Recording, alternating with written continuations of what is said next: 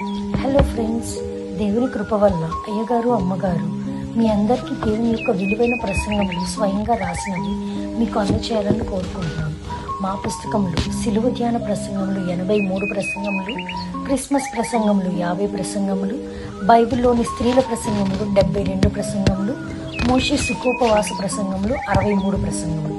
ఈ పుస్తకములు అయ్యగారు అమ్మగారు స్వయంగా రాసినవి మీ అందరికీ అందాలని కోరుకుంటున్నాము. మా పుస్తకములు కావాల్సిన వారు కాంటాక్ట్ అవ్వాల్సిన numbers: Bapatla reverend doctor P Jayapal garu, phone number 9866412025. Guntur doctor P Prasad Rao garu, phone number 9441368594 and 9705789407. మా పుస్తకంలో మీరు తీసుకొని చదివి ఆదరణ పొంది దేవుని మహిమపరచాలని కోరుకుంటున్నాము. Don't forget to like the video. Thank you. యెషయా గ్రంథము 35వ అధ్యాయము 5-6 వచనాలు చదువుతున్నాను. యెషయా గ్రంథము 35వ అధ్యాయము 5-6 వచనాలు మాత్రమే చదవండి.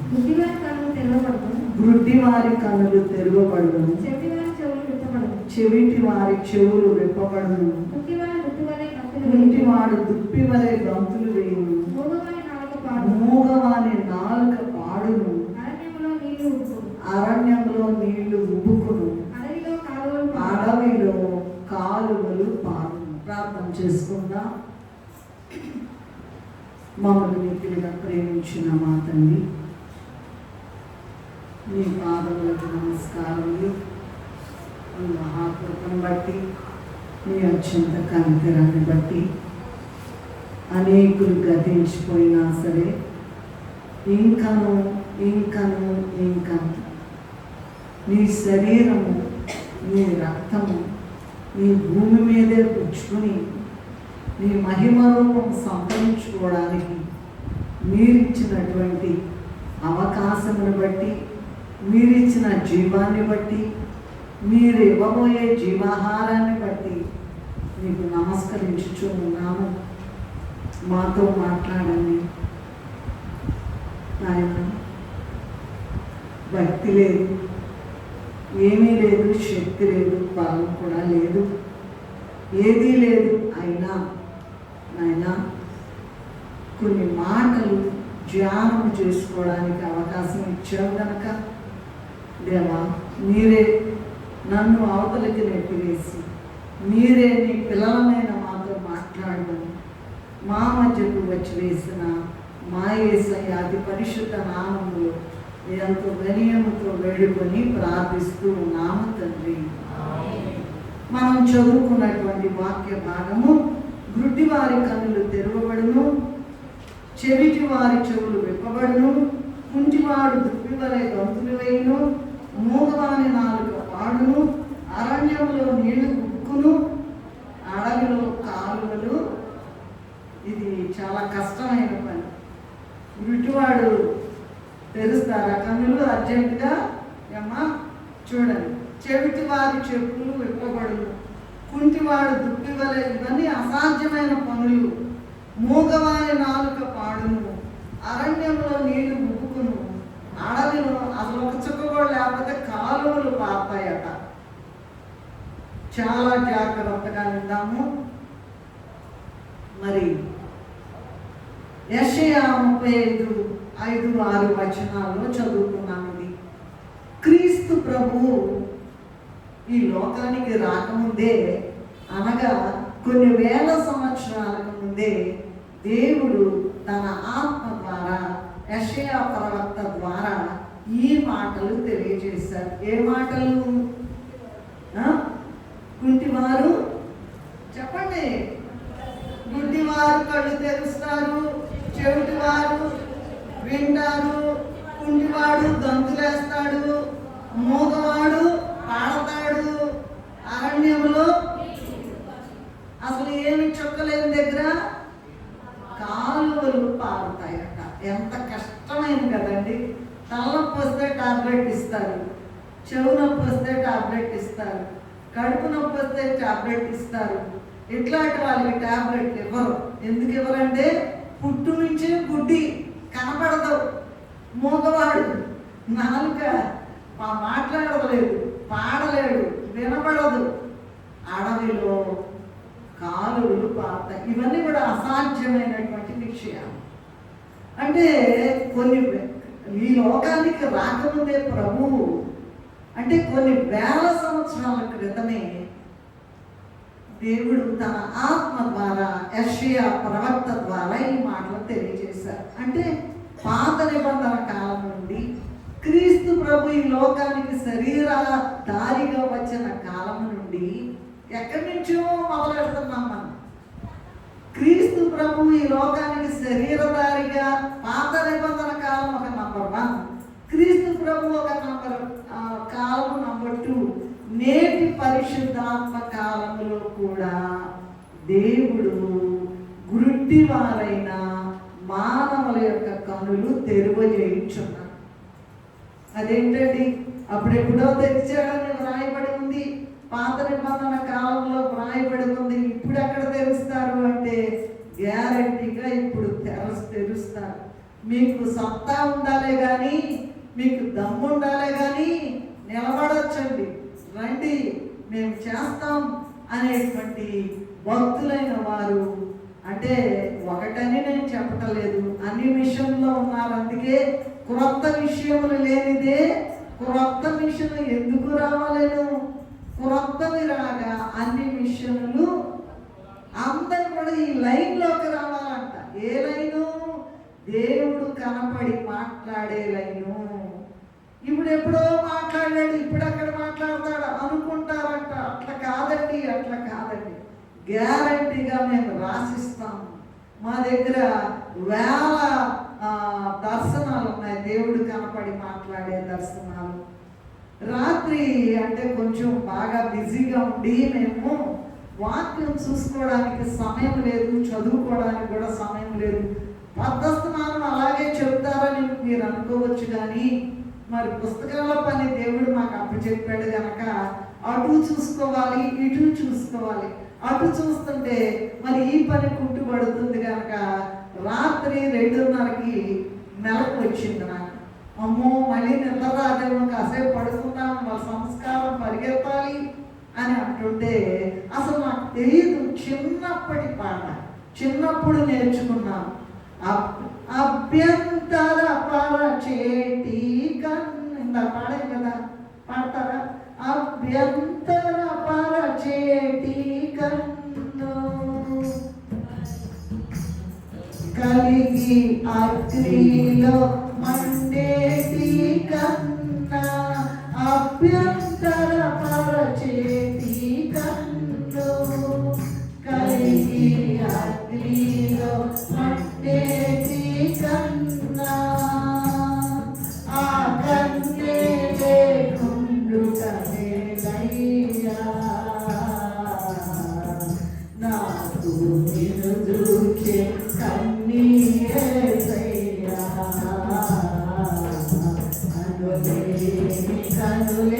కనులేనయ్యా, వినలేని చెవులేనయ్యా,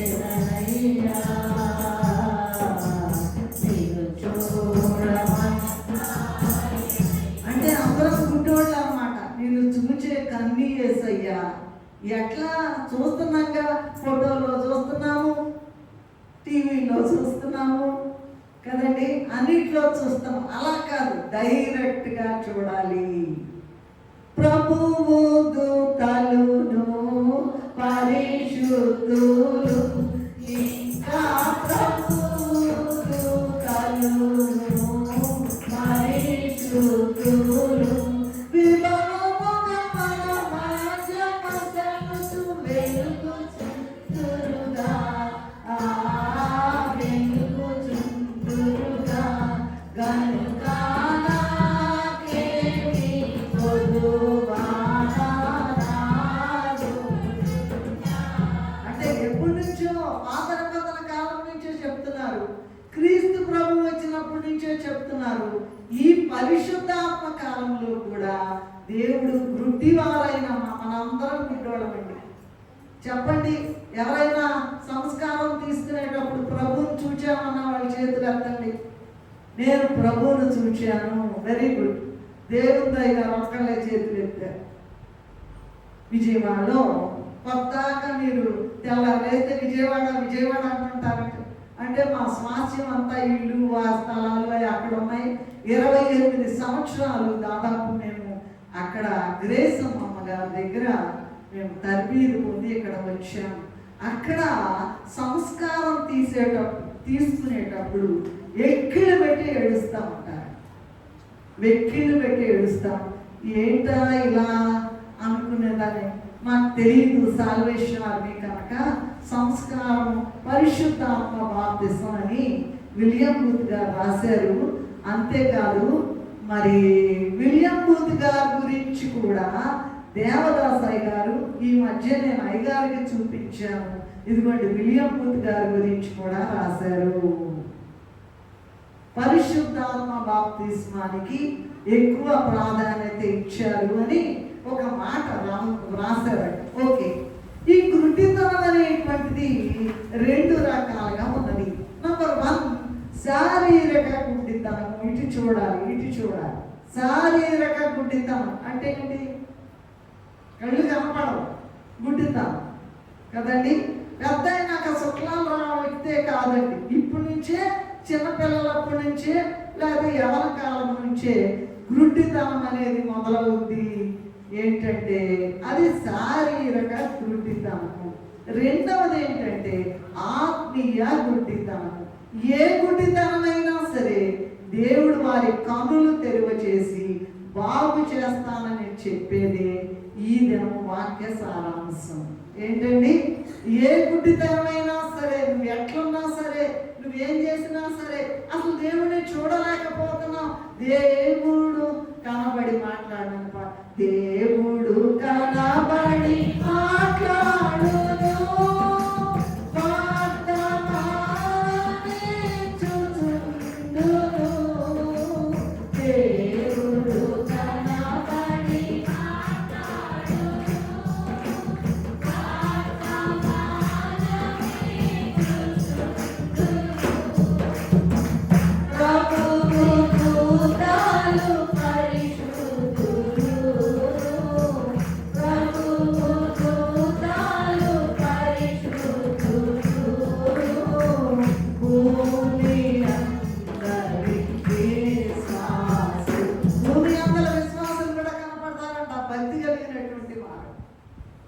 నేను చాలాసార్లు చెప్పాను. నేను కైలాస మహర్షి గారిని చూచాను. మేమిద్దరం కూడా ప్రార్థన చేసి కనిపెట్టే సమయంలో మరి కైలాస మహర్షి గారు ఒక కమండలము తీసుకుని దాంట్లో నీళ్లు ఉన్నాయి కదా అనుకుంటున్నా నా మనస్సుకి. ఎందుకంటే మట్టి బుర్ర కదండి, మట్టి తలకాయ కదండి. కాదమ్మా, ఇది ప్రభు రక్తము అంటూ ఉన్నారు. సో అటువంటి జీవించిన విశ్వాసులైన వారు కూడా కనపడతారు, మాట్లాడతారు. ఎలాగూ ఈ దినము మన యొక్క అంశం ఏంటంటే కన్నులు తెరవబడుట. ఏమండి, మాకు ఏమి ఇబ్బంది లేదండి. బాగా చూడగలుగుతున్నామండి, బాగా ప్రార్థించగలుగుతున్నామండి, బాగా వాక్యం చదవగలుగుతున్నామండి, మాకు ఇబ్బంది లేదు అనుకోవచ్చు. కానీ అది అసలైనటువంటి చూచే స్థితి కాదు. అందరూ కూడా గుడ్డితనముతో అల్లాడిపోతున్నాం కనుక. అంటే దేవుడు చూడలేని గుడ్డితనము, దేవుడితో మాట్లాడలేని గుడ్డితనంతో మోగతనం అనుకోవచ్చు. అంటే మాట్లాడడం మోగోళ్ళు అంటారు కదా. అవన్నీ కూడా తుడిచి అవతల పడేసి దేవుడు ఏం చేస్తాడమ్మా? కన్నులు తెరుస్తాడు. ప్రకాశమ్మ గారని ఆమె 97 ఏళ్ళు మేము అక్కడ ఉన్నప్పుడు, 97 సంవత్సరాలు. ఆమె ఏం చెప్పేదంటే, పొద్దాక అయ్యగారిని నా కుమారుడు అని మమ్మల్ని ఇద్దరిని కూడా పాపం బాగా హక్ చేసుకొని వాటేసుకొని ఏం చెప్పారమ్మా, ఏం చెప్పావయ్యా అని ఎప్పుడు కూడా మరి చెప్పేవాడు అనమాట. ఆమె ఏం చెప్పేదంటే, మేమేం అడగం అసలు. నేను వివాహమైన క్రొత్తలో కూడా కావులు వెళ్ళినప్పుడు ఈ టైటసాయి గారు, మహిమదారమ్మ గారి గురించి దేవుడి విషయాలు మేము మాట్లాడేది, ఇంకేం మాట్లాడాం. అందుకనే ఆ మాటలు మేము చాలా ఇష్టంగా వింటామని వాళ్ళు మమ్మల్ని ఇష్టపడేవాడు. సరే, అది అట్లా కాదండి. ఇప్పుడు మనం ధ్యానంలోకి వద్దాం. ఏం చెప్తున్నాను నేను? ఇప్పుడు చెప్పిన మాట ఏంటి? ప్రభువు కనపడి మాట్లాడతారు, గుడ్డితనము తీసివేస్తారు అనేటువంటి విషయం. అంటే సంస్కారం ఇచ్చేటప్పుడట ప్రకాశం గారి సంగతి చెప్పాను కదా, ఈమె ఇలా అందరూ ఇలా పెట్టుకుంటారు కదా, అక్కడ మామూలుగా మోకరించి. సరే, కరోనా వచ్చినాక కొంచెం ప్రాసెస్ మారిందిలేండి, దూరంగా ఉండాలన్నారు. అందుకని అక్కడ యుఎస్ వెళ్ళిన తర్వాత అక్కడ ఇలా చేస్తున్నారు కదా, అలా అలవాటు అయిపోయింది. అది అట్లా ఉంచండి. ఆవిడంట ఇలా పెట్టుకునేదంట. ప్రకాశం గారు పెట్టుకోగానే దబక్కన ఒక రాయి పడేటట్టు పడేదంట. రాయి, చిన్న రాయి పడేటట్టు పడిందంట. మరి ఎప్పుడన్నా చూసి, నేను చూడనమ్మా, నేను చూడను, నేను చేయి వైపే చూడను, తపక్కన ఇట్లా మూసేసి పడంగానే నోట్లో వేసి, అది ఏంటో ఆమెకు తెలియదు. అది మహిమకరమైన శరీరము, మహిమకరమైన రక్తము. మన పాపపు కళ్ళు చూడలేవు, అది చూడాలని, ఈ గుడ్డితనం పోవాలని, అన్ని రకాలుగా ఉన్న గుడ్డితనం పోవాలని ఈ దినము మనకు ప్రభు ఈ విషయం దయచేశారు. మరి 2:30 గంటలకి నాకు వినబడుతూ ఉంది, ఏంటది? కనలే అభ్యంతరపరచేటి కన్ను ఏంటి? ఎప్పుడో పాట, అసలు చాలా పాతెస్ట్ పాట. అది అభ్యంతరపరచేటి కన్ను కలిగి అగ్నిలో మండేటి కన్నా ఆ కన్నే లేకుండట మేలయ్యా నీకు నాకు. ఆ కన్నే మండే, చెప్పంటారు ఆ పాట. అభ్యంతరపరచేటి కన్ను కలిగి అగ్నిలో నరకంలో కాలే కన్నా ఆ కన్నే లేకుండట మేలయ్యా నాకు నిన్ను చూచే కన్ను యేసయ్యా. అందరూ కూడా ఎక్కలు పెట్టి ఏడుస్తారు. అంటే ప్రభు కనపడతారు, మాట్లాడతారు. ఆ అనుభవం గ్రేసమ్మ గారి దగ్గర నుంచి మేము కూడా నేర్చుకున్నామంటే, కనపడతారు, మాట్లాడతారు, ఎన్నో రకాలుగా మాట్లాడతారు. మేము రాసి పెట్టుకున్నాయి, చాలా ఉన్నాయి. సరే, అది అట్లా ఉంచండి. కొన్ని విషయాలు ఉన్న సమయంలో నేను ఉపయోగించుకోవాలి కనుక గంటల తీసుకోవడానికి అవకాశం లేదు కనుక నా 7 అంశాలు మనం ధ్యానం చేసుకుందాము. నంబర్ 1 ఏంటంటే, మరి లూకాసు వార్త 24వ అధ్యాయము 13 నుంచి 31 వరకు చదవనక్కర్లేదు, మీరు తర్వాత చదువుకోండి. ఇక్కడ ప్రభువు కల్వరి శిలువలో మరణించి సమాధి చేయబడి 3వ దినమున మరణము, సమాధి, ముద్ర, కావలి, బండ ఇన్నిటిని కూడా జయించి తిరిగి లేచిన తర్వాత అనేక సార్లు కనపడి వారిని బలపరిచారు. ఎవరిని బలపరిచారు? శిష్యులను బలపరిచారు. అప్పుడు సందర్భంగా రాశారు కదా ఈ భక్తులైన వారు, 11 మారులు వారలకు ప్రత్యక్షమాయె. ఏంటి? చనిపోయి తిరిగి లేచిన తర్వాత ఒకసారి కాదు, 2 సార్లు కాదు, 11 సార్లు. ఇదిగో లేచా, చూడండి, నా కళ్ళు చూడండి, నా గాయాలు చూడండి, నా చేతులు చూడండి, నా బల్లెపోటు చూడండి అని చూపించారట. 11 మారులు వారల, అంటే శిష్యులకు అన్నమాట. బ్రాకెట్ ప్రత్యక్షమాయనేసు. తర్వాత పాడండమ్మా, కొద్దిగా తీసి పాడండి, ఏముందో చూడండి. 11 మారులు వారలకు ప్రత్యక్షమాయనేసు పరలోకమునకెగెను ఈ వార్త ప్రకటించు. ఏంటంట? 11 మార్లకు వారికి ప్రత్యక్షమై ఏం చెప్పారంట? పరలోకం వెళ్ళిపోతున్నా, నేను మళ్ళీ వస్తా, అందరికీ సువార్త ప్రకటించండి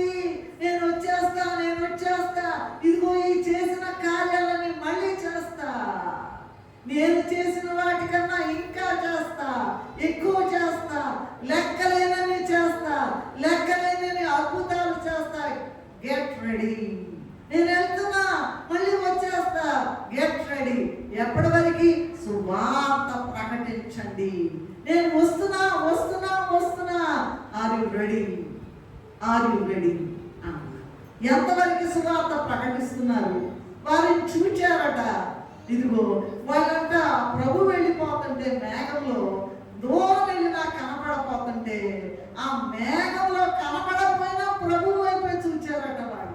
ఏమ్మా, మనకి స్వస్థస్థాలలో ఉంది కదా, స్వస్థస్థాలలో ఉన్నాయి కదా కొన్ని బొమ్మలు, అక్కడ వెళ్ళిపోతుంటే కనపడపోయినా ప్రభు నీవే మాకు దిక్కు అని అలా వదిలిపెట్టకుండా శిష్యులైన వారు ప్రభువునే చూచారట. అలాగే మనము కూడా చూడాలనేటువంటి విషయంతో వీళ్ళు ఏం చేశారంట? లూకాసు వార్త మరి 24వ అధ్యాయం 15వ వచనంలో ఏముందంటే, ఇద్దరు శిష్యులు యెరూషలేము నుండి ఎమ్మాయి గ్రామానికి వెళ్తూ ప్రభు యొక్క పునరుద్ధానాన్ని గురించి సంభాషించుకుంటూ ఉంటే యేసయ్యంట ఆయన వచ్చారంటండి, దగ్గరకు వచ్చారంట. తానే దగ్గరికి వచ్చి వారితో కూడా నడిచాను. నడవటమే కాదు, ఏంటయ్యా ఏం చెప్పుకున్నారు, ఏం విషయాలు నాకు కూడా చెప్పండి అన్నారు అనమాట. అప్పుడు అలా అన్నారంట. 24:30లో ఏముందంటే, సరే ఆ మాట తర్వాత చెప్తాను. 24:30 సంగతి ఏంటయ్యా నీకు తెలియదా?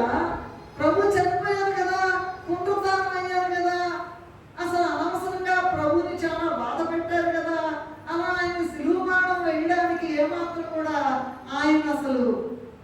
ఆయనకి ఏమాత్రం కూడా కారణం లేదు కదా, ఏ కారణం లేకుండా ఆయన సిలువ వేసి చంపారు కదా, నీకు తెలియదా? తిరిగి లేచారు కదా. శిష్యులకు ఇక ముందు స్త్రీలకు కనపడ్డారంట, వాళ్ళు వచ్చి వీళ్ళకి చెప్పారంట. తెలుదా నీకు తెలీదా అని ప్రభువుని అడుగుతున్నారు. ఎవరు?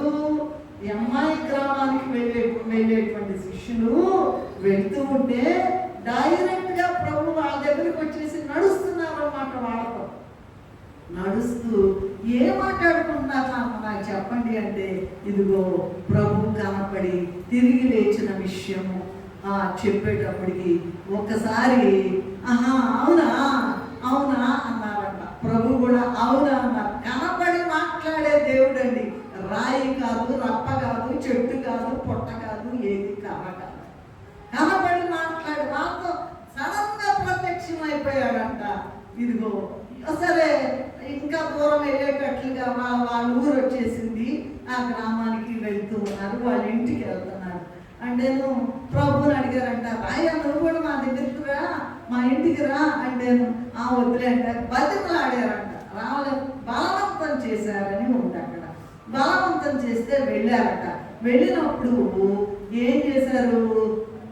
ఆ భోజనానికి రొట్టెలు తీసుకొని వచ్చారు. వాళ్ళు రొట్టెలు తీసుకున్నారు కదా, తీసుకుని వస్తే రొట్టె పట్టుకుని స్తోత్రం చేసి వాళ్ళకి ఈ విరిచి పంచి పెట్టగా వారి కన్నులు తెరవబడెను.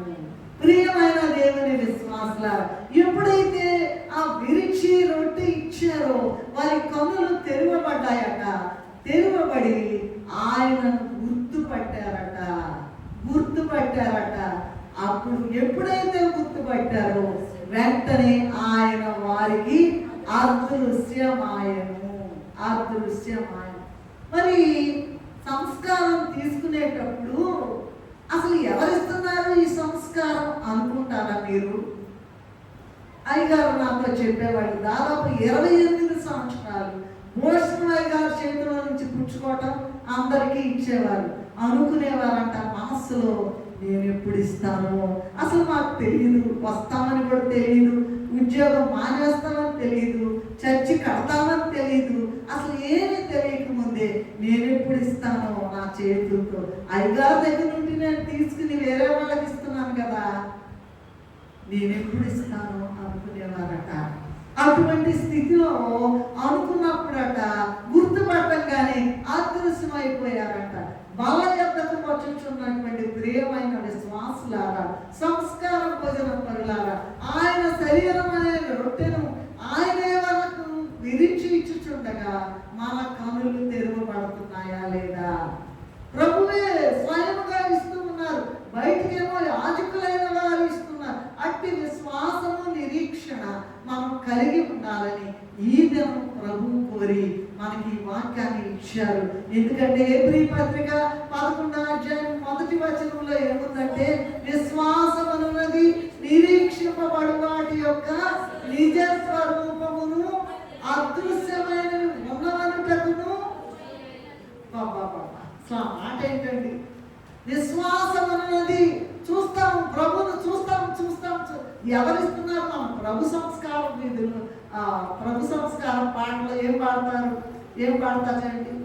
భోజన వాస్తువులు బుద్ధికి పూతులు, భోజన వాస్తువులు ముక్తి.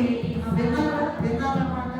భోజన వస్తువులు ముక్తి తినడానికి, అలాగే భోజన వస్తువులు ముక్తి కూడా అయ్యారంట. ముక్తి పరలోకాన ముక్తి సాధనములు ఎవరిస్తున్నారు? ఈ ముక్తి, ఈ భోజనం, సంస్కార భోజనం అనేది తీసుకునేటప్పుడు ఎవరిస్తున్నారంట?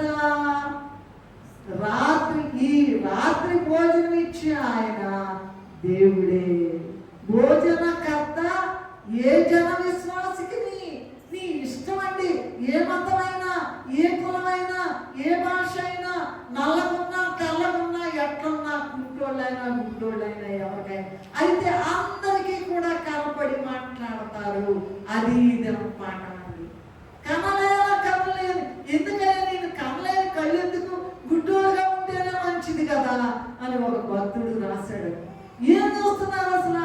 సంస్కారం నాడు ఏం తీసుకుంటున్నారు? ప్రభు కనపడుతున్నారా, మాట్లాడుతున్నారా? ఆ స్థాయికి ఎదగాలంటే నాలో ఉన్న, నీలో ఉన్న గుడ్డితనం పోవాలి.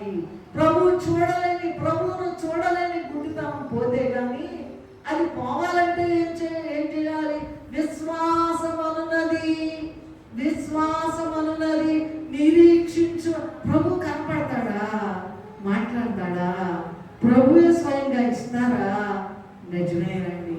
ప్రభు మొరవినవా, ప్రభు మొరవినవా, నీ కొరకే వెదకేను దేవా,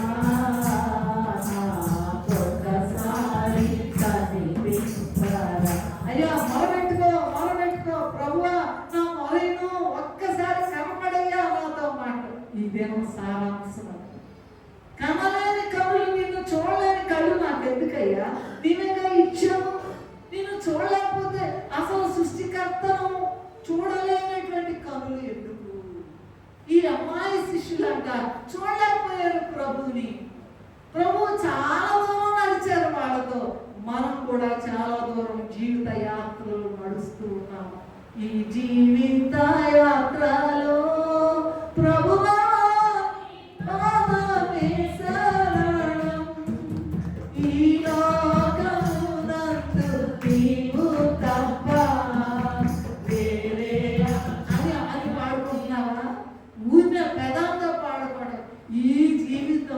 నీవు తప్ప నాకు వేరే ఆశ్రయం లేదని ఎవరైతే ఎదురు చూస్తారో విశ్వాసంతో వాళ్ళకి కనపడతారు.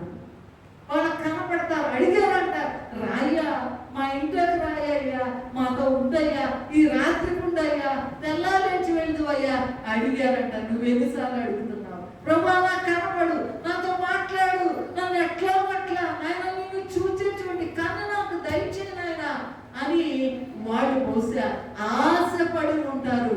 అప్పుడంట వదిలే అంటే వాళ్ళంట బలవంతం చేశారు. నువ్వు బలవంతం చేస్తున్నావా? ప్రభువుని నీకు కనపడి మాట్లాడాలని ఆశతో ఉన్నావు. అసలు ఎప్పుడైనా ఇన్యాపటి తీసుకుంటున్నావు? ఒక్కసారైనా కనపడ్డారు, పక్క చేయగలుగుతారు దేవుని గారు. ఆలోచించండి, అదేంటో ఆలోచించండి. అమ్మాయి శిష్యులు చూచారు ప్రభుని. నువ్వు సంస్కారం ఎన్ని సంవత్సరాల నుంచి తీసుకుంటున్నావు? అసలు సంస్కారం తీసుకోకుండా ఉన్నటువంటి బిడ్డల విషయంగా నేను ఎక్కువ మాట్లాడాను. ఎలా ఉంది పరిస్థితి? భయంకరమైన పరిస్థితి. రోడ్ల మీద మనుషుల్ని నరికేసే స్థితి. ప్రభు రానై ఉన్నారు. నువ్వు చూడకపోతే ఎట్లాగండి? ఆయన రూపం సంతరించుకోకపోతే, ఆయన రూపం కావాలి. నీలో నాలో మార్పు రాకపోతే ఎప్పుడు వస్తుంది? ఇదిగో ఆయన రక్తము, ఆయన శరీరం తీసుకునేటప్పుడు అది నమ్ముతున్నారా? అది కాదండి, పాలు తాగాలండి, జ్యూస్ తాగాలండి, అది తాగాలండి, ఈ తాగాలి, చెత్తాపలు పడేయండి. ప్రభు కనపడి మాట్లాడి ఆయన నీకు సన్నిధిలో ఇచ్చేటువంటి ఈ సంస్కారం అప్పుడు ఇచ్చేటువంటి ఈ గొప్పదేంటో తెలుసా? మందు ఏంటో తెలుసా? ఆయన శరీర రక్తములు. ఆయన సృష్టికర్త. ఆయన శరీర రక్తాలు ఇస్తే నువ్వు బతుకుతావు. 100 ఏళ్ళు కాదు, 1000 ఏళ్ళు బతుకుతావు. డాక్టర్ దగ్గరికి వెళ్ళక్కర్లేదండి, మందులేని అక్కర్లేదు. మందు వాడకుండా జబ్బు ఆపివేయగలవు తండ్రి, మందు వాడకుండా ఆపివేయగలవు తండ్రి, రక్షకానా వందనాలు.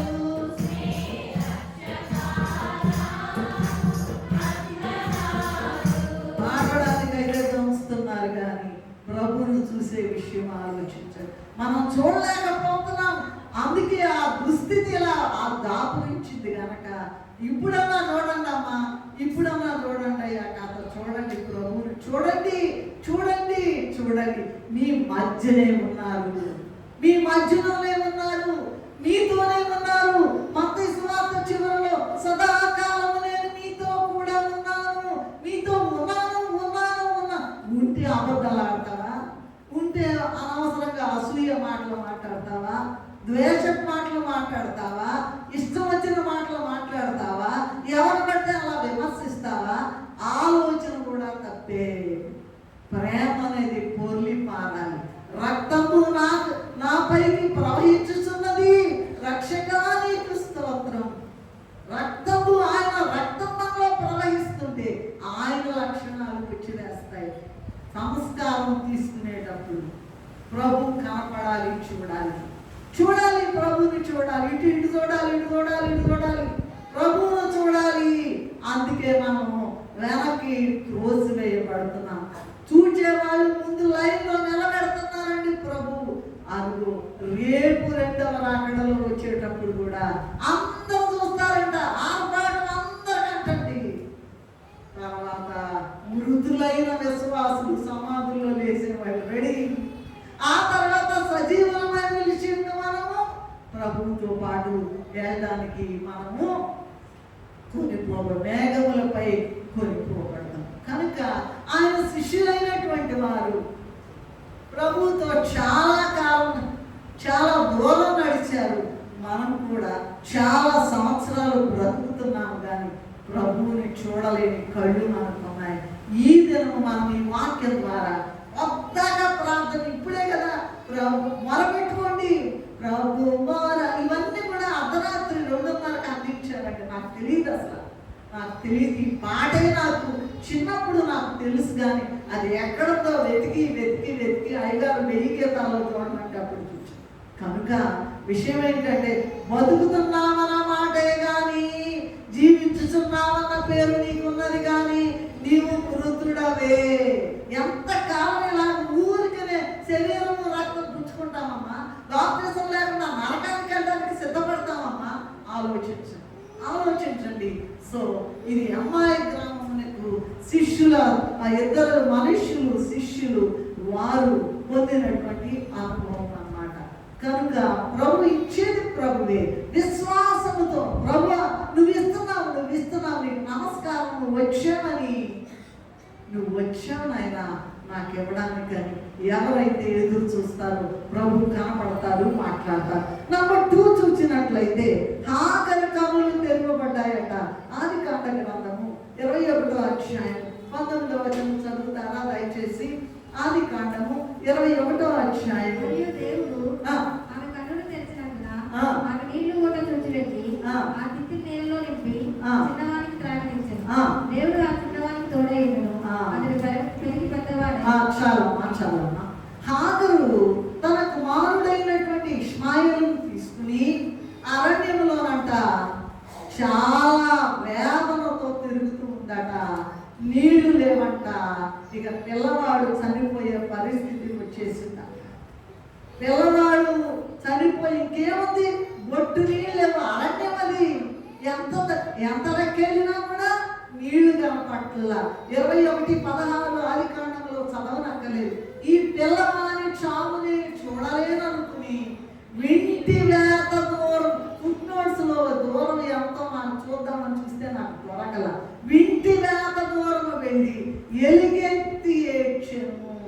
అయ్యా ఇక నా కన్నబెట్టి ఇలా చచ్చిపోవడమేనా, నా కళ్ళెత్తుగా ఇలా చచ్చిపోతాడని భయంకరంగా ఏడుస్తుందంట.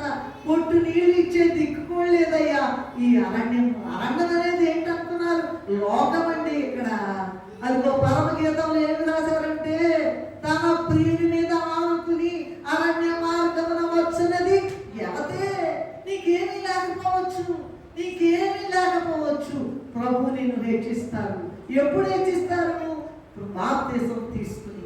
ప్రభు రూపము నా కళ్ళ ముందు నాకు కనపడాలి. ఏదైనా సరే చెప్తుంటారండి వచ్చి, పెళ్లి కావట్లేదండి, పిల్లలు పుట్టలేదండి, ఇల్లు లేదండి, అది లేదండి, ఇది లేదండి, ఉద్యోగం లేదండి. ప్రభు పాదాలు పట్టుకో. అయ్యో నువ్వు ఏమైనా సరే నిద్రపోకు, వచ్చేదాకా నిద్రపోవ. మొర వింటాడు ప్రభు. మొర వినే దేవుడు, నిజ దేవుడు, శక్తి కలిగిన దేవుడు. ఈ మాట అయ్యా ఇక నేను పిల్లోడు చచ్చిపోవడం భయంకరంగా అటు పరిగెత్తిందంట, ఇటు పరిగెత్తిందంట, అన్ని దారులు చూచిందంట. ఎక్కడ పొట్టు నీళ్ళు. ఇక గ్యారంటీ నా బిడ్డ చనిపోతాడని ఇంకా నేను చూడలేననుకుంటే దేవుడట ఆ చిన్నవాని మొర విన్నాడు. ఈమె ఏడుపు వింటున్నాడు ఒక పక్క, వాడు ఏడ్చే ఏడుపు కూడా వింటున్నాడు. నువ్వు ఏడుస్తున్నావా? ప్రభు నా కనపడి నాతో మాట్లాడి. ఎంతకాలం ఇట్ట బతుకుతాను దొంగ బతుకు ప్రభు, ఈ దుర్మార్గం బ్రతుకు, ఈ దుష్ట బ్రతుకు, చెడ్డతనంపుల బ్రతుకు, వ్యభిచార బ్రతుకు, సమయాన్ని వృధా చేసే బ్రతుకు, ఇవన్నీ కూడా ప్రభువును చూడలేని దుస్థితి. కనుక ఈమె వెళ్తే దేవుడట 21:19 ఆదికాండంలో దేవుడట హాగరు కన్నులు తెరచినందున అక్కడే ఉందంట. ఏముంది? నీళ్ల పూట అక్కడే ఉందండి. నీళ్ల పూట అక్కడే ఉంది. వెంటనే ప్రభు కన్నులు తెరిచినందున ఆ నీళ్ళనంట ఆ చిన్నవానికి తాగనిచ్చిందంట. చూసారంటండి. అసలు కుదరదు మనకు రాదు. ప్రభువుని అడిగినట్లయితే మనుషుల వైపు చూడబాక. ఎన్నేళ్ళైనా మనుషుల వైపు చూడటమే మన బతుకు. ఎంతనా చూడండి, ఏమైనా చూడండి, మనుషుల వైపు చూడటమే, మనుషుల వైపు కొరకు కనిపెట్టడమే. ప్రభు చేస్తారు అనేటువంటి తలపు నీకు ఉందా? అసలు ఉంటే నువ్వు ఎంత బాధపడవు. ప్రభు చేస్తారు. అసాధ్యమైన కార్యములను సరిచేయు నీ సన్నిధి కోరునట్టి మానవుడే ధన్యుడు.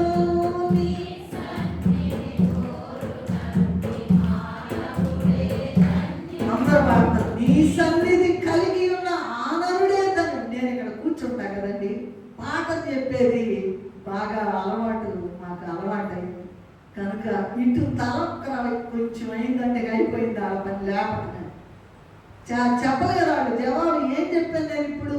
ఈ నిమిషంలో ఏం చెప్పానంటే అయిపోయింది. ఆ పని అట్లా ఉన్నాను. ప్రభు ఏం చెప్తున్నా? నేను కాదండి, నేను మట్టి పురుగును. మాట్లాడే దేవుడే. మాట్లాడే మాట వింటున్నాను. అసలు వినబడతాం ఇప్పుడు. ఆమెకంట దిక్కులేని స్థితిలో అడుగుతుందంట, కాళ్ళు మాడిపోతున్నాయి అంట. ఇంటర్నాలు నేను చేస్తానేమో అనుకుంటుందంట. నేను చస్తే నా బిడ్డ బ్రతకాలని వింటి వేట దూరం వెళ్ళి భయంకరంగా ఎలుగెత్తి ఏడ్చిందంట. అయ్యా నా పిల్లడు అయిపోతున్నాడు. నీ పిల్లల కొరకు ఎంతవరకు ఏడుస్తున్నావు? విలాపవాక్యములు 2:19 ఏముందంటే, నీ పసి పిల్లల ప్రాణం కొరకు ఆయన తట్టు నీ చేతులను ఎత్తుతున్నావా లేదా? బడాయిగా అట్ట తయారు చేసి ఇట్లా తయారు చేసి ఆట కొనాలి, మంచిదే. కాదు ప్రభు కనపడతాడయ్యా, మాట్లాడతాడయ్యా, ప్రభు జరిగిస్తాడయ్యా అనే మాటలు నువ్వు చెప్పగలుగుతున్నావా నీ బిడ్డలకి? ముందు నీకుంటే వాళ్ళకి చెప్పడానికి ఆలోచించండి. Anything is possible, everything is possible, nothing is impossible. దేవుడు సమస్తము చేయగల దేవుడు. కనుక ఆగలు కన్నులు తెరిచిన దేవుడు ఇప్పుడు నీ కన్నులు తెరవడానికి ఆశపడి ఈ దినము మనకి వాక్యం ఇచ్చాడు. నాకు ఇంకా తెలియదని ఇదిగో ఈ పాట పాడు అన్నాడండి. ఏం పాట అయ్యారు? అసలు ఆ పాట ఎక్కడ ఉందో నాకు తెలియదయ్యా. ఎప్పుడో చిన్నప్పుడు విన్నానంటే చూడు అంటే 1000 గీతాల పుస్తకాల్లో దొరికింది. అలాగే ప్రభు యేసు నా రక్షక నొసగు కన్నులు నాకు నిన్ను చూడాలి. ఆ పాట పాడుతున్నారండి. అందుకే మాకు తెలియదు అసలు ఈ వాక్యానికి సంబంధించిన పాటలు ఏంటో కూడా మాకు తెలియదు. ప్రభు అందిస్తేనే పాడుతున్నాం. కనుక బడాయిగా ఇక్కడ మీ అందరి ముందు నిలబడి మాట్లాడాలనే కాదు, కానీ ప్రభు అందిస్తేనే మాట్లాడుతున్నాం అనేటువంటి మాట అది ఖచ్చితమైనటువంటి మాట. మీరు కావాలంటే సవాలు చేసి ప్రభు సన్నిధిలో కనిపెట్టుకోవచ్చు. వీళ్ళు కనపడుతున్నావా, మాట్లాడుతున్నావా లేదా అని అడగండి. సో ఆ నేల మూటను చూచి ఆ చిన్నవానికి త్రాగనిచ్చిందట. 17:20లో చూసినట్లయితే వాడు పెరిగి పెద్దవాడై అబ్రహాముకి దేవుడిచ్చిన వాగ్దానం ప్రకారం అతడు ఒక గొప్ప జనముగా అయ్యాడంట. చూడండి, ఆదికాండం 17:20 మీరు చదవనక్కర్లేదు. అతనిలో నుండి 12 మంది రాజులు వచ్చారట. దేవుడు మన కన్నులను కూడా తెరిచి మనకి జీవజలముల ఊటైన ప్రభువును చూపిస్తాడు. జీవజలములో ఆమెకేమో ఆ పిల్లవాడికేమో నీళ్ళ ఊట ఇచ్చారంట. ఇప్పుడు అనుకునేటువంటి నీవు నా కొడిస్తే బాగుండు అని నీవు ఆశన్నట్లయితే మనుషులు చోటగా సరిపోతుంది. వచ్చేవాళ్ళని, పోయేవాళ్ళని, అటు వెళ్ళేవాళ్ళని, ఇటు వెళ్ళేవాళ్ళని, లేచేవాళ్ళని, కూర్చునే వాళ్ళని, నుంచునే వాళ్ళని. ఏంటండి అంతకాలం బతుకుతామండి దొంగ బతుకు. నన్ను క్షమించాలి మీరు. ప్రభు ఏం మాట్లాడుతున్నారు నాతోటి ఇవాళ? నేను అలాగే ఆశపడి వెళ్ళేదాన్ని. టిఫిన్ కూడా పుచ్చుకోకుండా పరిగెత్తు మందిరానికి వెళ్ళి ప్రభు ఈ దినం నాతో ఏం మాట్లాడతారు? ఆశ ఉండాలి, కానీ మనుషుల మాటలకు చెవులు కోసుకుంటారు. అంత ఆశ దేవుడు పట్టదా నీకు? దేవుడు ఏం మాట్లాడుతున్నాడో తెలీదా? ఇంతకాలం బతికేవు, ప్రభు నీ కనపడి మాట్లాడాలని ఆశపడుతుంటే నువ్వు ఆశపడవా? నువ్వు అడగవా? నువ్వు మొరపెట్టవా? దేవా వాళ్ళ కనపడి మాట్లాడు, మాకు కూడా కనపడు, నాకు కూడా కనపడు. అదిగో ఆ హాగరికి కనపడ్డావు, వాళ్ళు ఆ అమ్మాయి శిష్యులు కనపడ్డావు, నాకు కూడా కనపడు. మూడవది చూసినట్లయితే బిలాము కన్నులు తెరిచాడట ప్రభు. సంఖ్యాకాండము 22:21-22 చూసినట్లయితే చదవక్కర్లేదమ్మా, సమయం నాకు తక్కువ ఉంది. దేవుని ప్రవక్త అయిన బిలాము మోయాబు రాజైన, మోయాబు అంటే అన్య దేశం అన్నమాట, అన్య రాజు అన్నమాట. మోయాబు రాజైన బాలాకునకు సహాయం చేయడానికి 2 సార్లు అడిగాడండి ప్రభు.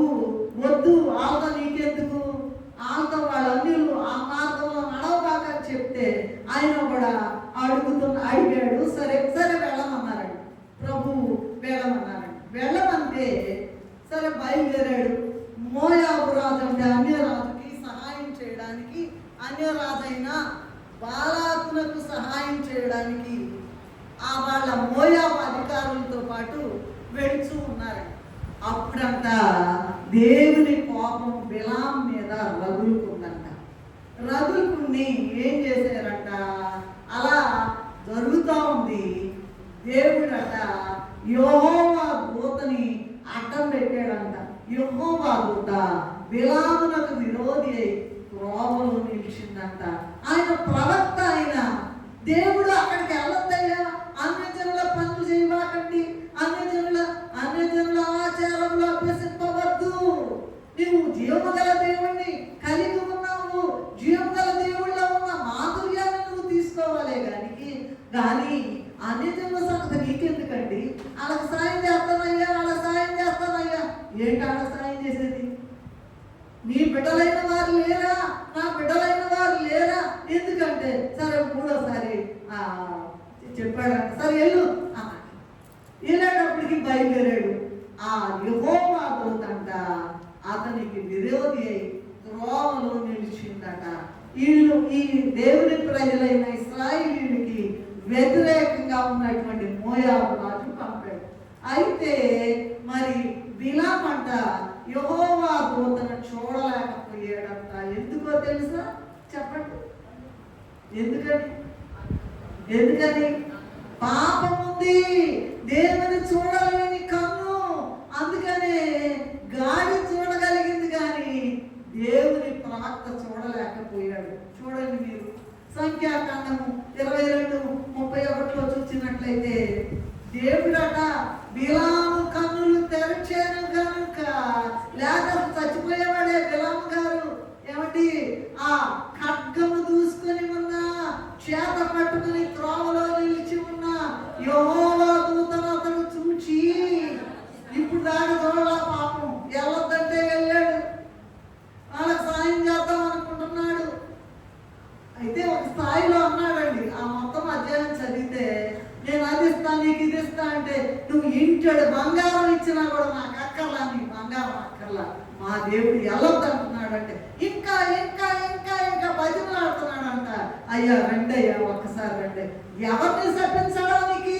తన ప్రజలైన వారిని శపించడానికి ఈ బిలాము గారిన.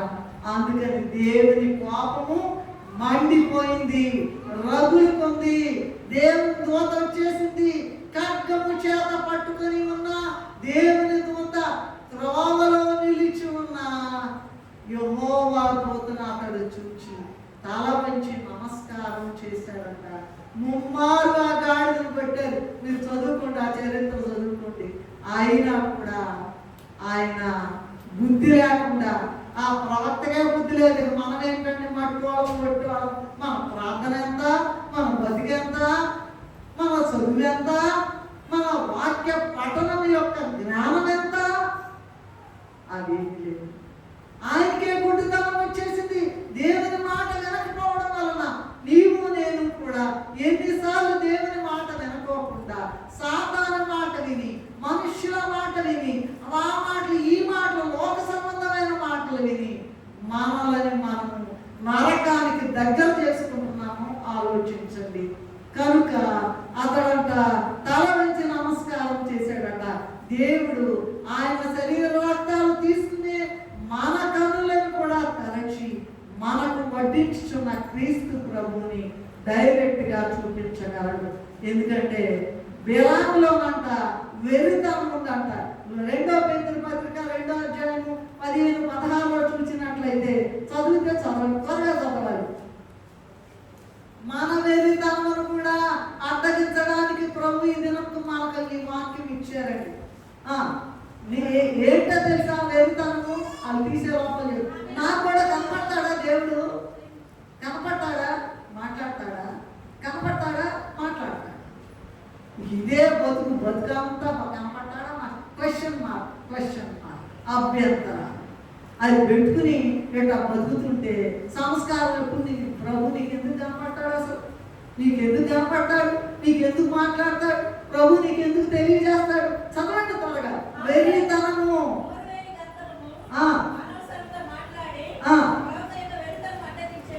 బిలాము యొక్క వెర్రితనమును అడ్డగించెను. ఇప్పుడు కూడా ప్రభు నిజంగా మాట్లాడతాడంటారా? కనపడతాడు. గ్యారెంటీగా జీవాధిపతి అయిన యేసయ్యను చూడలేనట్టి కనులు మనకు ఉన్నాయి కనుకనే మనందరం గుడ్డోళ్ళు కనుక. అదేంటండి? అది తప్పు మాట. ఏది తప్పు మాట? చూస్తున్నాము, అలా కళ్ళద్దాలు లేకుండా చదువుతున్నాము, అన్ని చూస్తున్నాం, గుడ్డోళ్ళు అంటారేంటి? నన్ను పోట్లాడినా సరే మనందరం గుడ్డోళ్ళమే. ప్రభు కనపడుతున్నాడా? మాట్లాడుతున్నాడా? కనపడితేనే తీసుకో. అట్లంటే మరి అట్లా పెట్టి బాబు నెలకొక్కనాడు కదా. అదే జీవపు ఊట, అదే జీవం ఇచ్చేది, అదే బ్రతికించేది, అదే హాస్పిటల్ నుంచి దూరం వచ్చేది. హాస్పిటల్కి వెళ్ళొద్దని నేను చెప్పట్లా, వెళ్ళాలి వెళ్ళాలి వెళ్ళాలి వెళ్ళాలి. కానీ ప్రభు యొక్క నీ దగ్గరకు వచ్చేస్తున్నాడు ఆయన. రోజు సన్నిధిలో రావడమే కాకుండా నెలకొక్క నాడు నీకు ఒక రక్త ఇంజెక్షన్ ఇచ్చేస్తాడు, నీకు ఒక రొట్టె ముక్క ఇచ్చేస్తున్నాడు. నువ్వు తీసుకుంటున్నావా? పైన తీసుకుంటే మళ్ళీ కాళ్ళ నొప్పులు, వేళ నొప్పులు, కడుపు నొప్పులు, అన్ని నొప్పులు, వాయు నొప్పులు, అన్ని నొప్పులే. నొప్పులు ఉంటాయి. అదేంటంటే శ్రమలకి సంబంధించి అది వేరే చాప్టర్. ఇక్కడ ఏంటంటే ప్రభువును చూచే కన్ను కావాలి. ఇక్కడ బిలాము చూడలేకపోయాడు కనుక అదిగో గాడిద చూచిందంట. ప్రభు తర్వాత మాట్లాడారు, నువ్వు నేను చెప్పే మాట వినుకోకుండా వెర్రిగా ప్రవర్తించావయ్యా బిలాము. ఒకవేళ నిన్ను చూచి అది నిందంట పాపం ఆ గాడిద గోడకేసి ఎక్కడ చంపుతారో దేవుడు చంపుతాడని అది నిందంట. దానికి ఉన్న బుద్ధి నీకు లేదు కదా, వెర్రితనంగా ఉన్నావు కదా. నీవు నేను కూడా కనపడతాడంటారా, మాట్లాడతాడంటారా? అదేలేండి. దేవుడు కనపడ్డాడు మాట్లాడతాడు, అదేలేండి. నీకు కనపడ్డాడా, నీతో మాట్లాడాడా? దేవుడు ఈ మాట చెప్పాడని నువ్వు చెప్పగలవా? గుండెల మీద చేసుకొని ఏమా దేవుడు కనపడ్డాడు మాట్లాడని ఆ విషయం నువ్వు అసలు చేసుకుని గుండెల మీద మాట 40 దినాలు ఎంత కష్టపడి, ఒక్కరోజు వస్తున్నా అరగంట చెబుతాడు, అశోకు రాడు, కష్టపడి వస్తాను, చెమట్లు గారిపోతాయి, అయినా ప్రభు కొరకు వెళ్ళాలి. ఇవన్నీ లెక్క మాకు ఎంతమంది మానేస్తున్నారో గుర్తు పెట్టుకోండి. అదంతా కూడా పాపం పోగు చేసుకోవడం చాలా కష్టమండి, రావడం చాలా కష్టమండి. మేము కూడా 10 మైళ్ళు పిల్లలు వేసుకుని వెళ్ళేవాళ్ళం, నెలల పిల్లప్పుడు కూడా వేసుకొని వెళ్ళేవాళ్ళం.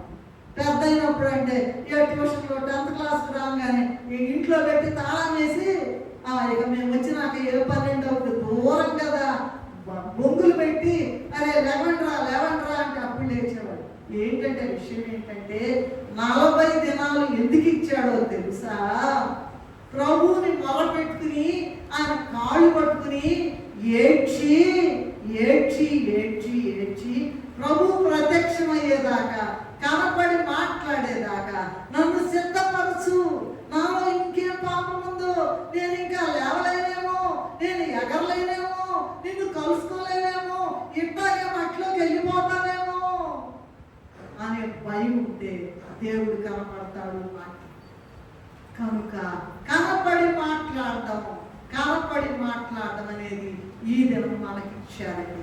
కనుక నీలో ఉన్న వెలుతనం కావాలి. బిలాముకేముంది? నీలో నాలో ఉంటానికి గొప్ప ఏముందండి? గ్యారంటీగా వెలుతనం ఏమి లేదండి. బతుకుతున్నామంటే బతుకుతున్నాం, పేరుకి. ఎలాంటి వాడమైనా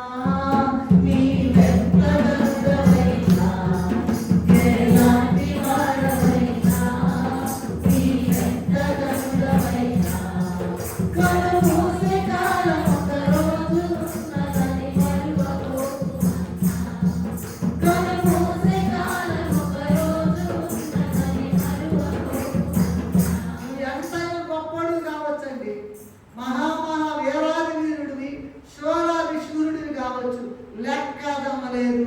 ప్రభు నిన్ను చూడటంలా, నువ్వు ఎట్లున్నావో, నువ్వు బాగున్నావో లేదో, నువ్వు చాలా అందంగా ఉన్నావేమో, 5 చోట్ల ఆయనకి అక్కర్లా. సౌందర్యము వ్యర్థం, అందము మోసకరము, సౌందర్యము వ్యర్థము అని వ్రాయబడు.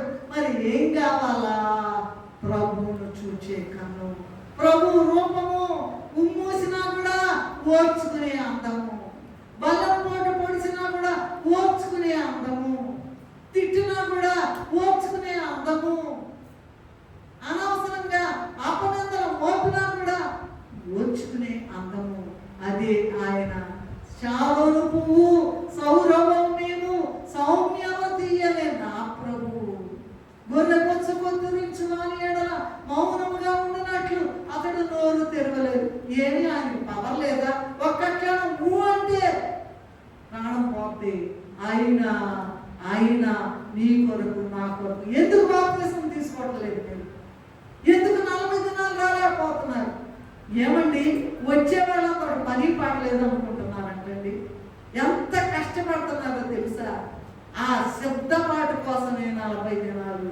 అబ్బో నేను అది చేస్తున్నా అనుకోవచ్చండి. అట్లా కాదు, దూరం నుంచి వస్తున్నారు, అది అలా పెట్టండి, వేరే ఊరి నుంచి. అయితే ఈ ఊళ్ళో ఉన్న వాళ్ళు రావడానికి ఏంటండి? చెప్పండి అమ్మా, జవాబు లేదు. బిలాము గారి యొక్క వెర్రితనాన్ని దేవుడు తీసివేసి ఎట్టబడ్డ బతికించాడు. నిన్ను నన్ను కూడా బ్రతికించడానికి ఈ దినం కన్నులు తెరవడానికి సిద్ధంగా ఉన్నాడు. నాలుగవది చూసినట్లయితే ఎలీషా పనివాని కన్నులు తెరవబడెను. 2వ రాజుల గ్రంథం 6వ అధ్యాయం 8వ వచనంలో చదవనక్కలేని నేను చెప్తాను. సిరియా రాజు, ఈయన అన్యుల రాజు అండి, ఇస్రాయేల్ రాజు కాదు, ఈయన అన్యరాజు.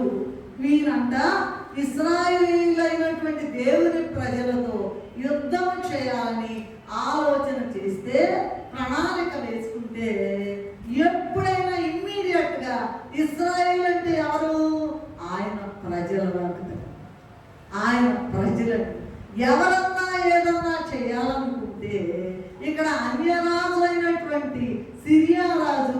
వీళ్ళ దగ్గరికి వెళ్ళి ఆ మీద యుద్ధం చేద్దామని పెద్ద ప్లాన్ వేసాడంట ఆలోచన.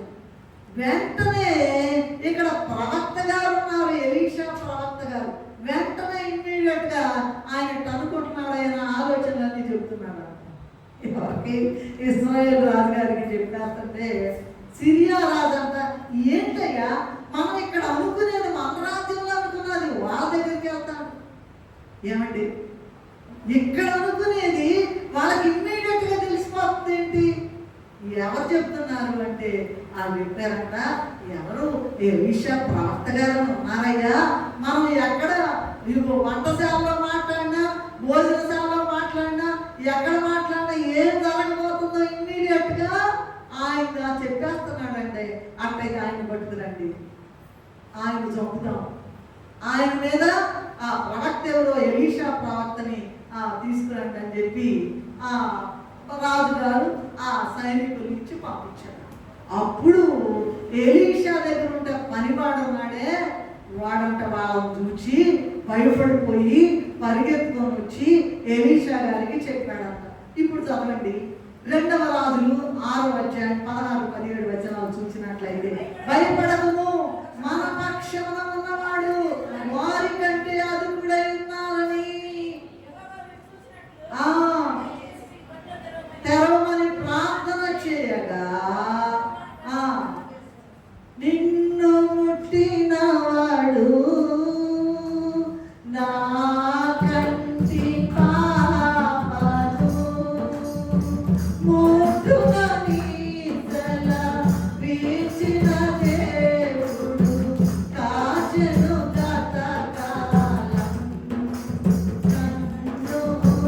కాచెను గతకాలం.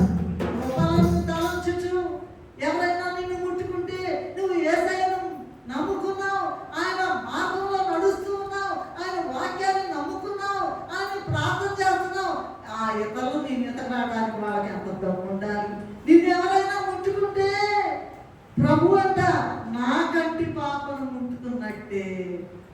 నువ్వు నమ్ముకున్నావు, నువ్వు ఆయన బిడ్డవు, జీవంతల దేవుని బిడ్డవు కనుక ఎవరైనా ముట్టుకున్నారంటే నా కంటి పాపను ముట్టినట్టే. వెంటనే సరేగా వచ్చేసారంట. మొత్తం ఎలీషా గారు ఉన్నటువంటి ఆ పర్వతం చుట్టూ కూడా అగ్ని రథాలంట, అగ్ని గుర్రాలంట నిండటం చూసి ఒక్కసారి భయపడిపోయి, ఇదిగో అమ్మో ఎంత గొప్ప, వాళ్ళ దానికన్నా మన సైన్యాలే ఎక్కువ, మన రథాలే ఎక్కువ, మన పోలీస్ గార్డులే ఎక్కువ. ఏంటయ్యా ఏమనుకుంటున్నావు, యేసయ్య అంటే ఏమనుకుంటున్నావు? మనము తక్కువగా ఆలోచించి అంత తక్కువగా దేవుడిని తక్కువ చేస్తున్నాం. అలా కాదండి, అలా కాదండి. దేవుడు ఏమైనా చేయగలడు, ఏమైనా చేయగలడు. నిన్ను బతికించడానికి, నిన్ను కాపాడడానికి, నీ రోగం నుండి విడిపించడానికి, నీ అసాధ్యమైన అనుకుంటున్నావే ఆ పనులన్నీ చేయడానికి. అయితే రావటానికి కాళ్ళు రావట్లేదు ఇక్కడికి. ఏమన్నా పని పాటలైన వాళ్ళు అందరూ వస్తున్నారు ఇక్కడ. అందరికన్నా పని పాటలైన వాళ్ళు మేమిద్దరమే. మేము వస్తున్నామండి, అశోక్ వచ్చినా రావట్లేదు. అది కాదుగా మేము జవాబు చెప్పాలి దేవుడికి, మేము జవాబు చెప్పాలి. పూర్తిగా అయ్యారు ఏమంటారంటే వర్షంలో పూర్తిగా తడిచిపోయిన వెళ్ళి ముందు అక్కడ పడిపోదాం పదా అంటారు. ఎట్లా వెళ్తాం? ప్రభు ఇస్తాడు. ప్రభు పైన చూస్తూ ఉన్నారు, నువ్వు ఎంత శ్రమ పడుతున్నావో. నీ కన్నులు తెరవడానికి చూస్తూ ఉన్నారు. నీ జబ్బు నిన్నేం చేయదు, నీ రోగం నిన్నేం చేయదు. ఆయన జీవము, ఆయన జీవ జలములు, ఆయన జీవపు రొట్టె నీలోకి వెళ్తే అదే గొప్ప ఆరోగ్యం. 100% కాదు, 200% ఆరోగ్యం. నాకు ఆరోగ్యంగా ఉండాలి, నాకు కుదరదు అనుకున్నావంటే ఇక అట్లానే కొనసాగుది బతుకంతా. అలా కాదు, నా ప్రభు కోసం నేను వెళ్తా అని రా, చూసుకో. ఛాలెంజ్. ప్రభు బాగు చేస్తారు, ప్రభు బాగు చేస్తారు. ఏ రోగమైనా సరే, ఏ రోగమైనా సరే, ఏ దయ్యాల నుండైనా సరే, ఎటువంటి వాళ్ళ నుంచైనా దేవుడు బ్రతికిస్తాడు. నేను భయపడక్కర్లా. అందుకే ఎలీషా గారు, అయ్యా నాయన వీరిని కొట్టుదునా వాళ్ళు వచ్చినప్పుడు అన్నాడంట ఈ రాజుగారు ఇశ్రాయేల్, నాయన వీళ్ళని కొట్టారు, వద్దయ్యా కొట్టకూడదయ్యా. ఎందుకంటే ఎలీషా ప్రవక్త గారు ఇక్కడికి వచ్చినప్పుడు అయ్యా వీళ్ళ కళ్ళని గుడ్డి చేయ్యా అని ప్రార్థన చేశారు. అవి చూడాల. ఇక్కడికి వచ్చిన తర్వాత ఎలీషా గారి దగ్గరికి, నాయన ఏం చేయను మరి, శత్రువులు నా దగ్గరికి తీసుకొచ్చేవు కదా, నా శత్రువులు నన్ను చుట్టినను, నరకపు పాశములు అరికట్టినను, వరద వలె భక్తిహీనులు పొల్లిన విడువక నన్ను ఎడబాయని దేవా యెహోవా నా బలమా. దేవుడు ఉంటాడు ఉంటాడు ఉంటాడు, ఉన్నాడు ఉన్నాడు ఉన్నాడు, ఇప్పుడు ఉన్నాడు, నీతో ఉంటాడు. నువ్వు కనపడి మాట్లాడే దేవుడు ఉన్నాడు. నువ్వు చూడు ఆయన్ని. సంస్కారం, ఆయన శరీరం తీసుకునేటప్పుడు, ఆయన రక్తం తీసుకునేటప్పుడు నువ్వు చూడాలి. బలలో పాల్గొనేటువంటి మన కళ్ళను కూడా తెరిచి, మన కళ్ళను కూడా తెరచి మన రక్షణ నిమిత్తం ఎలీషా గారిని ఎలా కాపాడాడో మన చుట్టూనున్న పరలోక సైన్యాన్ని చూపించగలడు. అట్టి గొప్ప మహాద్భుతమైన దేవుడు మన దేవుడు. 6వది చూసినట్లయితే గుడ్డివాని కన్నులు తెరిచాడట. యోహాను సువార్త 9వ అధ్యాయము 11వ వచనంలో చూసినట్లయితే యేసు ప్రభు గుడ్డివాని కన్నులు తెరువజేశాడట. ఆయన శరీర రక్తాలు మానవులకు ఇయ్యక ముందే తెరువజేశాడు. ఎందుకంటే త్వరగా చదవండి, యెషయా గ్రంథము 42:6, ఒకరేమో లూకా 4:18 చదవండి, త్వరగా చదవాలి. యెషయా 42:6, ఒకరేమో లూకా 4:18. ప్రభు ఆత్మ నా మీద ఉన్నది, వీరులకు సువార్త ప్రకటించుటకు ఆయన నన్ను అభిషేకించాడు. అది ఆ ప్రభు యొక్క ఏంటంట, ప్రభు ఆత్మ నా మీద ఉన్నది. ప్రభు ఆత్మ నా మీద ఉన్నది. ఎందుకో తెలుసా, ఈ ఆయన శరీరం తీసుకుంటున్నావు నీవు, ఆయన రక్తం తాగుతున్నావు నీవు. ఎందుకు ఇంకా భయం ఎందుకండి? ఏ భాగం నిన్నేం చేయదు, ఏం పడదు, ఏమి చంపదు. చావును చంపిన జీవము నేనే అన్నారండి. చావును చంపిన జీవం నేనే. ఎందుకు వచ్చింది చావు? ఎందుకు? మానవులు అక్కడ తీసుకెళ్ళడానికి కన్నులు తెరిచే ప్రసంగం ఏమండి. కనుక ఇదిగో లూకా సువార్త 4:18 కూడా ఉన్నది. ఆయన ఈ లోకమునకు వచ్చిన ఉద్దేశం ఏంటో తెలుసా?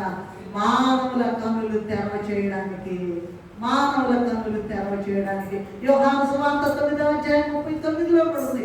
చూడవారు చూడగలను, చూచువారు గుడ్డివారు కావాలను. శాస్త్రులు పరిసయ్యులు చూస్తున్నాం అనుకున్నారు కానీ ఆయన మెస్సియాను గుర్తించలేక ఆయనని ఎగతాళి చేసి, ఆయనను కొట్టి, కొరడాలతో కొట్టి, బలి పోషలతో పొడిచి, మేకులు కొట్టి సిలువ ఆగిందా? మరణమాయన లేపిందా? మరణమాయన ఏమన్నా చేయగలిగిందా? మరణము తిరిగి లేచారు. కనుక దేవుడు గుడ్డివాని కన్నులు తెరవబడినట్లుగా ఈ దినం మన కన్నులు తెరవడానికి ప్రభు రెడీగా ఉన్నారు. 6వది చూసినట్లయితే సౌలు కన్నులను తెరిచాడట, పౌలుగా మార్చివేశాడట. అపోస్తలుల కార్యగ్రంథము 9వ అధ్యాయం 4:18లో చూసినట్లయితే దమస్కు మార్గంలో వెళుచున్న సౌలును సంధించి వానితో మాట్లాడి, అపోస్తలుల కార్యం 9వ అధ్యాయం 17-18 వచనాల్లో ఉన్నట్లుగా ఆననీయ అనే ఒక మరి యాజకుడు ఆ ప్రార్థన ద్వారా సౌలు కన్నుల నుండి పొరల వంటి రాలగా దృష్టి పొంది పౌలు వలె సరి అయిన మార్గంలోకి రావడానికి సౌలు కన్నులను తెరిచి పౌలుగా మార్చిన దేవుడు ఏమంటున్నాడు? ఆయన నాకు ఇది అక్కల సమస్తము పెంటగా ఎంచుకుని నా ఎదుట ఉంచబడిన జీవ కిరీటం కొరకు నేను పరిగెత్తుతూ ఉన్నాను. నువ్వు పరిగెత్తున్నావా? ఎవరు పరిగెత్తారు? శరీర రక్తాలు తీసుకునేవాళ్ళే, లేని వాళ్ళకి లేదండి. ఏడవండి ప్రభు సన్నిధిలో, ప్రభువా నేను కూడా బాప్తిసం తీసుకోవాలి, నేను కూడా నీ శరీర రక్తాలు పుచ్చుకోవాలని ఆశతో ఏడిస్తే ప్రభు ఇస్తారు. చివరిదిగా చూసినట్లయితే మన కన్నులు కూడా తెరవబడాలి. యెషయా గ్రంథము చదవనకల్లా 35:5లో చూస్తే, అలాగే 42:6లో చూస్తే, అలాగే కీర్తన గ్రంథం 146:8లో చూసినట్లయితే పూర్వకాలమే ప్రభు మన కన్నులను తెరవ చేస్తానని చెప్పిన వాగ్దానములను బట్టి కీర్తన గ్రంథం 119:18లో ఏముందంటే, దావీదు చేసిన ప్రార్థన మనం కూడా చేసి పరిశుద్ధ గ్రంథంలోని అయ్యా నీ యొక్క ధర్మశాస్త్రములో ఆయన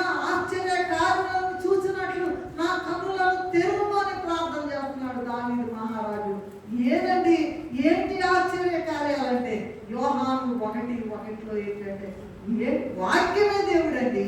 నీ వాక్యమే నన్ను బ్రతికించెను బాధలలో.